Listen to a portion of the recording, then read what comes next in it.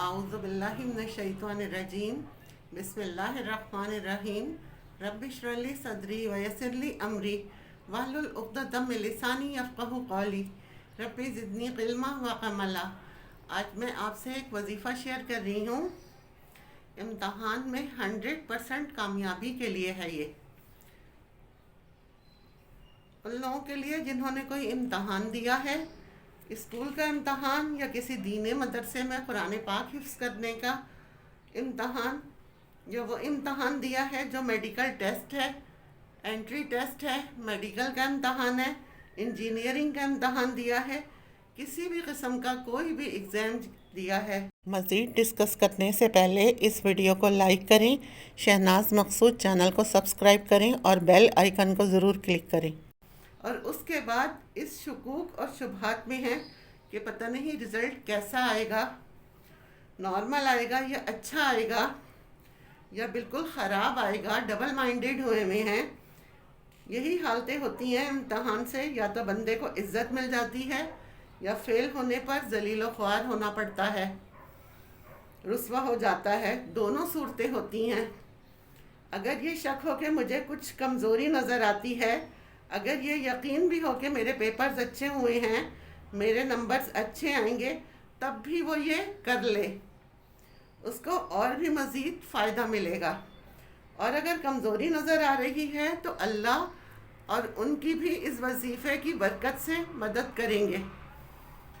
کئی صورتیں بدلتی نکل آتی ہیں، یا تو اساتذہ کے دل میں اللہ تعالیٰ رحم ڈال دیتے ہیں، تھوڑی بہت کمی نظر آتی ہے، وہ پھر بھی مارکس دے دیتے ہیں۔ بعض مرتبہ یہ ہوتا ہے کہ انسان یا 2 یا 3 نمبر سے رہ جاتا ہے، تو اللہ ان کے دل میں خیال ڈال دیتے ہیں اور وہ اضافہ کر کے پاس کر دیتے ہیں۔ ایسی کئی صورتیں پیدا ہو جاتی ہیں اس وظیفے کی برکت سے۔ وہ وظیفہ یہ ہے کہ آپ نے رزلٹ آنے سے پہلے 3 دن یہ عمل کرنا ہے۔ یہ 3 دن کا عمل آپ فجر کی نماز کے بعد کریں یا رات کو عشاء کی نماز کے بعد کریں۔